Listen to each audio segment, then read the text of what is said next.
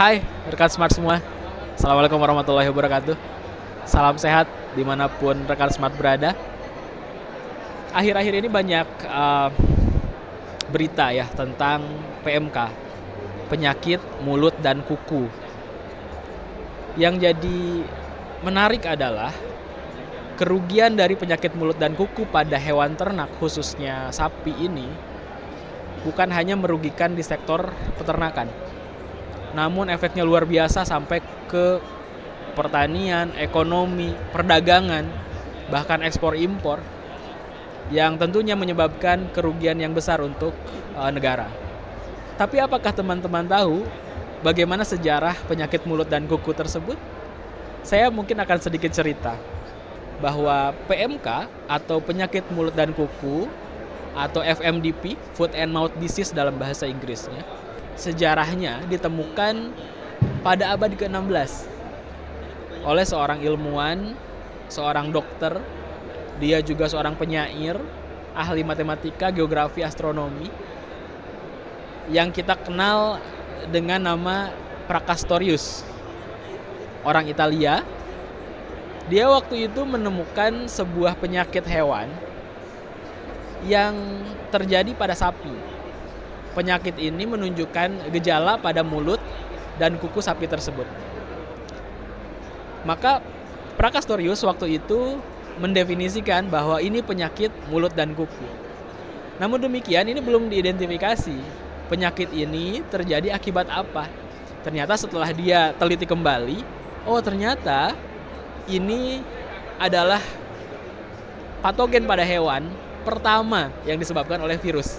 Jadi sebelum-sebelumnya tidak ada patogen yang disebabkan oleh virus pada hewan, dan PMK adalah virus pertama untuk patogen pada hewan.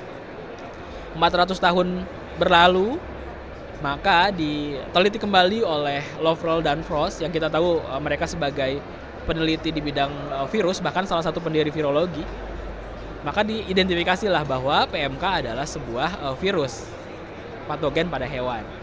Lalu di Indonesia sendiri, sebelum Lovrel dan Frost tersebut menyampaikan penelitiannya pada tahun 1887, saat itu kita masih dalam era kolonialisme Belanda, pihak Belanda mengimpor sapi dari Belanda ke Indonesia. Ditemukanlah sebuah penyakit yang persis penyakit PMK tersebut, penyakit mulut dan kuku, di daerah Malang, di Jawa Timur.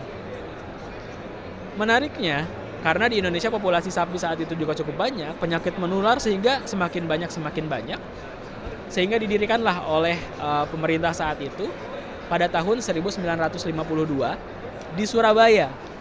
Namanya waktu itu Balai Penyelidikan Penyakit Mulut dan Kuku, yang saat ini kantornya dikenal sebagai nama Puspetma atau Pusat Veteriner Farma, yang memproduksi vaksin-vaksin untuk penyakit hewan. Beberapa tahun kemudian vaksin diproduksi, kemudian disebarkan ke seluruh Indonesia. Rencananya tahun 1984 kita akan mendeklarasikan bebas dari PMK. Namun ternyata 1 tahun sebelum deklarasi bebas dari PMK, tahun 1983, ditemukan penyakitnya lagi di Blora. Maka saat itu dinyatakanlah bahwa Indonesia belum bebas PMK, sehingga produksi massal lebih banyak lagi. Dan good newsnya, tahun 1986 kita mendeklarasikan bahwa kita bebas PMK. Beberapa puluh tahun berjalan, di 2022 diumumkan kembali bahwa PMK ada lagi di Indonesia, dan sekarang masih menyebar, masih banyak. So, PMK ini sangat berbahaya. Pemerintah sekarang sedang menggalakkan banyak hal, salah satunya dengan mengeluarkan peraturan. Salah satu peraturannya adalah Permentan nomor 17 tahun 2023 tentang lalu lintas produk penyakit hewan. So, apa saja sih sebetulnya yang bisa kita lakukan untuk mengidentifikasi penyakit hewan tersebut? Solusinya banyak. Salah satunya adalah dengan kita mendiagnosis penyakit mulut dan kuku pada ternak-ternak kita. Dengan cara apa? Tentunya banyak hal. Salah satunya ada solusi terbaru sekarang. Kita punya yang namanya rapid test kit.